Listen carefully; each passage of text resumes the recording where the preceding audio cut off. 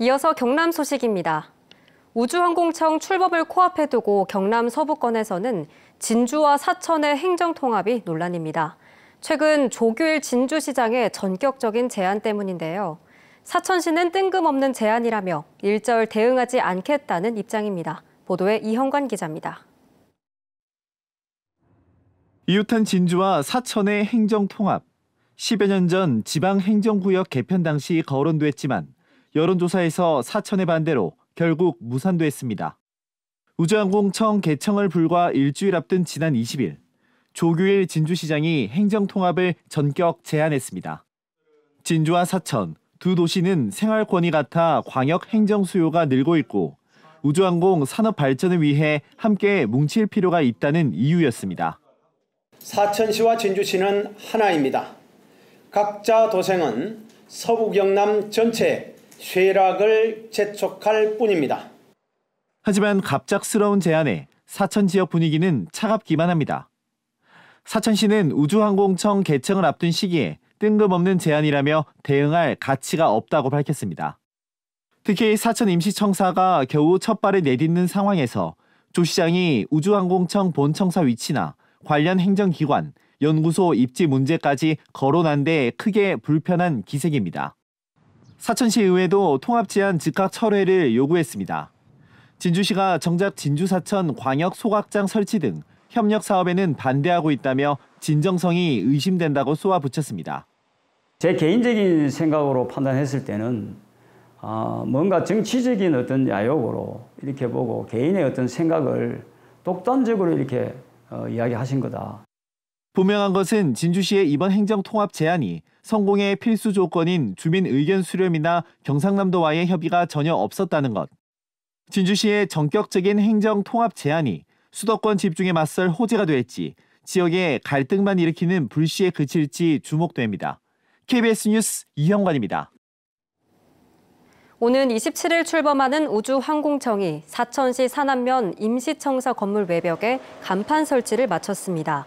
건물 정면과 뒷면에는 기존 아론 비행 선박 대신 우주항공청이, 측면에는 한국판 나사를 뜻하는 영문 로고 카사가 붙었습니다. 우주항공청은 오는 27일부터 임시청사에서 직원 100여 명이 업무를 시작하고 다음 주 공식 개청 행사를 준비하고 있습니다. 최근 한 경남도의원이 동료 의원으로부터 폭행을 당했다며 경찰에 고소했습니다. 동료 의원은 이를 부인하고 있는데요. 문제가 불거질 때 자체적으로 해결할 수 있는 도의회 윤리특위는 매번 침묵하고 있습니다. 보도에 손원혁 기자입니다. 더불어민주당 한상현 경남도 의원의 주장은 최동원 도의원으로부터 팔을 꺾이는 폭행을 당했다는 것. 지난달 17일 현장 의정 활동 중 일어난 일입니다. 한 의원은 특정 지역에서 왔냐는 등 최 의원의 비아냥에 항의 과정에서 자신의 손목이 잡혔다고 주장하고 최 의원은 자신을 때리려고 신용해 이를 막은 것일 뿐이라며 폭행이 아니라고 반박했습니다. 상반된 주장에 대해 도의회 윤리특별위원회가 CCBB를 가릴 수도 있었지만 가동되지 않았습니다. 안건 회부는 사실상 도의회 의장 손에 달렸습니다. 김진부 도의장은 취재진과의 통화에서 두 의원의 주장이 상반된 데다 상임위원회 안에서 의원 간 해결하면 될 일로 판단했다고 밝혔습니다. 의원 10명 이상의 찬성으로 윤리심사를 열 수도 있지만 여야 60대 4의 의석 구도상 이마저도 쉽지 않습니다. 경남도의회가 윤리특위를 연 것은 2020년 한 차례뿐입니다. 2022년 한 식당에서 도의원 간 욕설을 주고받고 식탁을 넘는 일이 있었지만 유야무야 넘어갔습니다. 지난달 이경재 도의원의 농지법 위반 사건 1심 벌금형 5천만 원 판결에도 올해 초 서희봉 도의원이 폭행 사건으로 약식 기소됐을 때도 윤리특위는 가동되지 않았습니다. 민간위원으로 구성된 윤리심사 자문위원회도 있지만 소집된 적이 없습니다. 이 징계와 관련된 규정을 적극적으로 활용해서 그런 부분에 이제 다음에 재차 그런 일이 발생하지 않도록 조치를 취해야 되겠죠. 의장의 어떤 직무로서 그렇게 해야 되는 거죠. 전문가들은 의원 징계 결정 여부를 떠나 적극적인 해석으로 윤리특위가 가동돼 자정 기능을 보여야 한다고 조언합니다. KBS 뉴스 손원혁입니다. 자치단체가 장밋빛 전망을 내세우며 기업들과 투자 유치 협약을 체결하는 경우가 많은데요. 하지만 이런 협약은 대부분 강제성이 없다 보니 무산돼도 책임지는 사람이 없어 단체장들의 치적 쌓기로 전락했다는 비판이 나옵니다. 최진석 기자입니다. 인건비와 거대한 수요처를 쫓아 중국에 진출했던 경남의 기업들이 잇따라 다시 경남으로 복귀하고 있습니다. 3년 전 경상남도와 김해시는 중국에 공장을 둔 중소기업 3곳과 김해 복귀를 약속하는 MOU, 투자유치 협약을 맺었습니다. 투자유치 금액은 520억 원, 고용 창출은 80명으로 전망됐습니다. 3년이 지난 지금 협약을 맺은 기업 3곳 가운데 실제 공장을 이전한 곳은 한 곳뿐. 앞선 2018년 한 주방용품 생산업체도 중국 공장을 김해로 옮긴다며 경남 1호 유통기업으로 홍보됐지만 아직 공장을 옮길 땅조차 구하지 않고 있습니다. 코로나 기간이었기 때문에 은행 대출 등 이제 자금 조달이 좀 용이치 않았어요. 남해군 대표 관광지인 독일마을. 3년 전 남해군은 한 민간 사업자와 독일마을 인근에 모노레일과 주차장 등을 만드는 투자유치 협약을 맺었습니다. 방문객을 위한 체험시설을 만들기 위해서였습니다. 이 업체는 790억 원을 들여 이 일대 5만 4천여 제곱미터에 모노레일 등 체험시설을 만들기로 했습니다. 그러나 지금까지도 공사는 시작조차 못했습니다. 자금난이 이유였습니다. 높은 금리로 아직까지 사업을 하겠다는 업체가 딱히 그냥 나타나지 않아가지고. 인근에 조류공원을 짓겠다던 다른 업체 역시 6년 전 약속을 지키지 않고 있습니다. 법적 구속력이 없는 투자협약, 기업의 재정 상황과 협약 이행 가능성을 충분히 따지지 못했다는 지적이 나옵니다. 지방의회가 동의를 해야 MOU를 체결할 수 있도록 좀 사전에 어떤 통제 장치를 좀 마련하고 사후에도 MOU 추진 경과라든지 이런 부분들이 지방의회에 보고도 되고. 최근 3년 동안 경상남도와 18개 시군이 맺은 투자 유치 협약 350여 건 가운데 실제 투자가 마무리된 건 불과 80여 건. 이마저도 대부분 협약 3년이 지나면 이행 여부조차 확인하지 않습니다. KBS 뉴스 최진석입니다. 롯데백화점 마산점이 다음 달 문을 닫게 되면서 지역 예술인들의 창작 발표 공간도 역사 속으로 사라지게 됐습니다. 30년 동안 지역 예술인과 주민들의 만남의 공간에서 열리는 마지막 전시회를 김민지 기자가 다녀왔습니다. 일정하지 않게 복잡한 선들이 캔버스를 채웠습니다. 붓을 대지 않은 그림, 흩날리는 페인트는 바람에 실려 캔버스에 안착했습니다. 자연의 순리에 따른다는 작가의 철학이 담겼습니다. 롯데백화점 마산점 전시공간의 마지막 전시는 이성석 화가의 작품으로 채워졌습니다.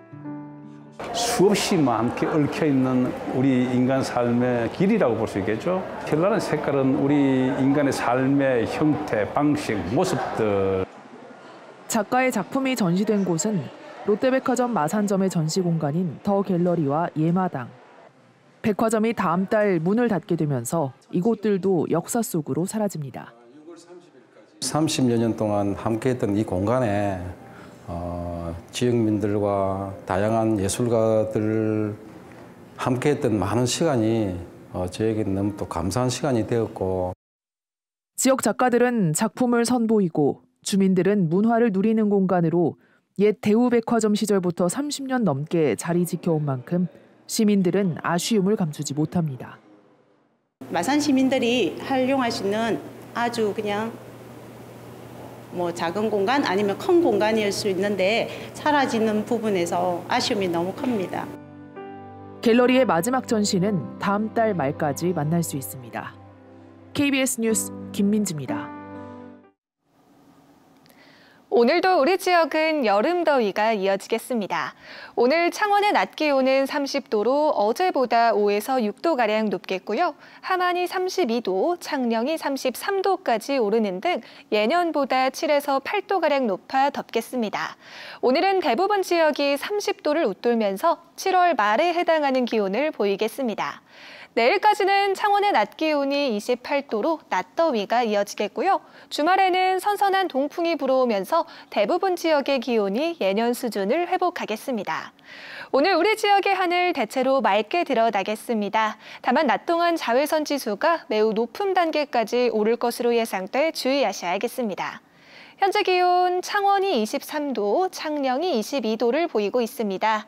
한낮에는 창원이 30도, 밀양이 33도까지 오르면서 대부분 지역이 예년 수준을 크게 웃돌겠습니다.